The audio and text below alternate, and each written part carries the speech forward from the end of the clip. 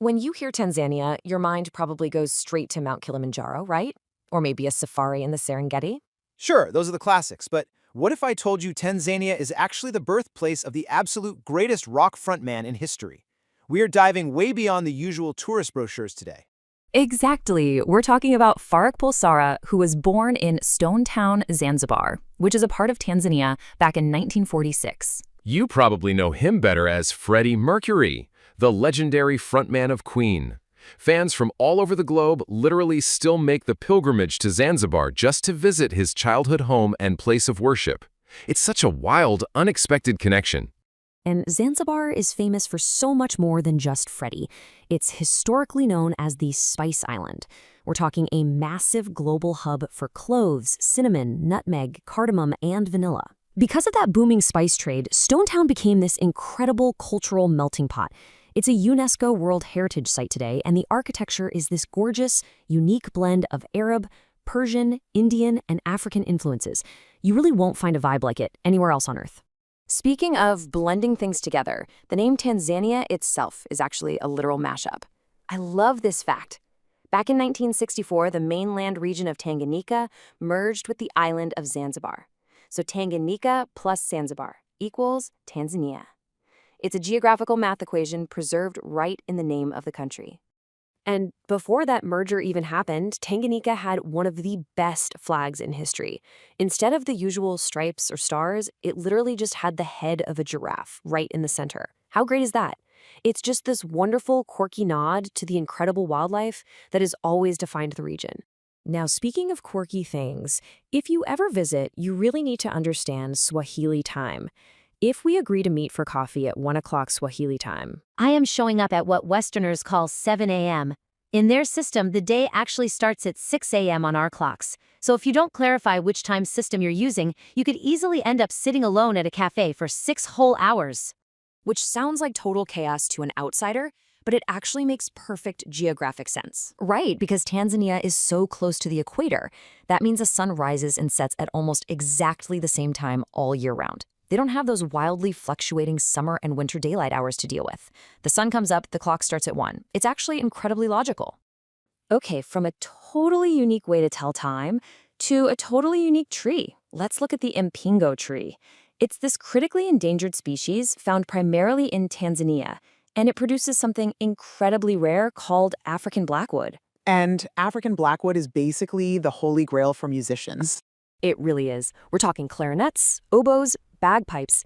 Instrument makers carve them from this specific Tanzanian tree because the wood is so incredibly dense, it's practically acoustically perfect. It's amazing to think that some of the most beautiful timbers in classical music only exist because of this one specific tree in Tanzania.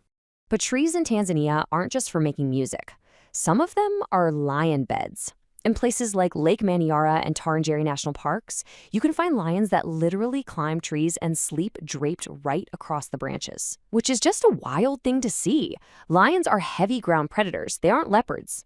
Exactly. And honestly, nobody fully understands exactly why they do this. The theories are fascinating, though. Are they trying to escape swarms of biting insects on the ground? Or maybe they're just catching a cool breeze on a blazing hot day. Or getting a better vantage point to hunt.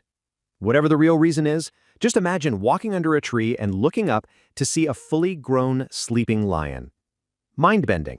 Well, they definitely have plenty of room to roam over there. Tanzania dedicates a staggering 25% of its entire landmass strictly to wildlife protection. That is one of the highest proportions of any country on the planet. And to put the sheer scale of that conservation effort into perspective for you, that protected area is literally larger than the entire country of Germany. It is massive. And that massive scale applies to their water systems too. Think about the Nile River, the absolute lifeblood of ancient Egypt, the pyramids, the pharaohs. It all starts right here. Every single drop of that civilization-building water actually originates from Lake Victoria right on Tanzania's northern border. But incredibly, Lake Victoria isn't even the most record-breaking body of water in the country. Let's talk about Lake Tanganyika. This lake is an estimated 12 million years old. 12 million! And it is just an absolute behemoth. It plunges so deep into the Earth's crust that it ranks as the second deepest lake in the world, and it's 676 kilometers long. Which makes it the absolute longest freshwater lake on Earth. It is essentially this massive, ancient, deep scar in the planet. But here is the number that absolutely broke my brain: 18%. This single ancient lake holds nearly a fifth of all the available unfrozen surface freshwater on our planet. Just really think about that for a second. Nearly 20% of the fresh surface water you could potentially drink on Earth is sitting in this one lake in Tanzania. Incredible.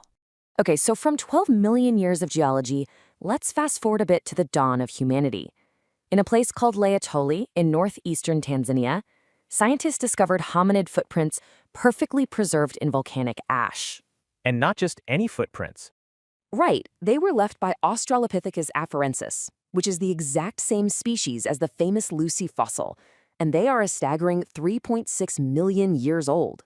So we are talking about definitively the oldest known footprints of human ancestors ever discovered anywhere. Which really puts everything we've talked about into perspective. We tend to think we know a place just because we've seen photos of a safari or a mountain. But the Serengeti is truly just the surface. Tanzania is a country where the most famous rock singer on Earth was born, and where humanity's oldest footprints survive. It definitely makes you wonder, what else are we overlooking?